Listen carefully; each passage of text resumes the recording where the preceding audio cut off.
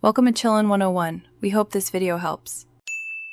You start by verifying core prerequisites because many crashes stem from mismatched builds or missing runtimes. Check Ryujinx version and update your GPU driver. Outdated drivers cause GPU device resets. Install Visual C++ redistributables and required NET packages, then place firmware and prod keys in the correct folders.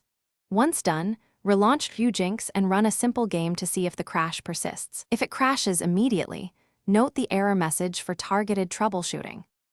Now you isolate the rendering and runtime configuration.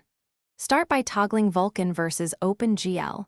Some GPUs are stable on one API, but not the other. Next, enable debug logging and raise verbosity to trace so you capture crash context. Logs show driver errors or missing shader compilation steps. Adjust shader cache, toggle multicore CPU, and change CPU accuracy if you hit desync or illegal instruction faults. Once configured, reproduce the crash while saving logs. To finish, apply final remedial steps aimed at persistent crashes. Clear or rebuild the shader cache to remove corrupted compiled shaders and perform a clean GPU driver reinstall. This resolves low-level driver faults.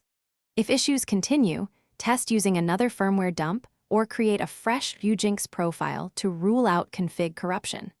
If the crash still happens, capture the trace log and crash dump. Then submit them with reproduction steps to the Ryujinx team. A key tip: reproduce the bug consistently before reporting to speed up a fix.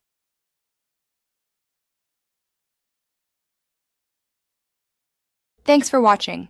Consider subscribing if we helped you.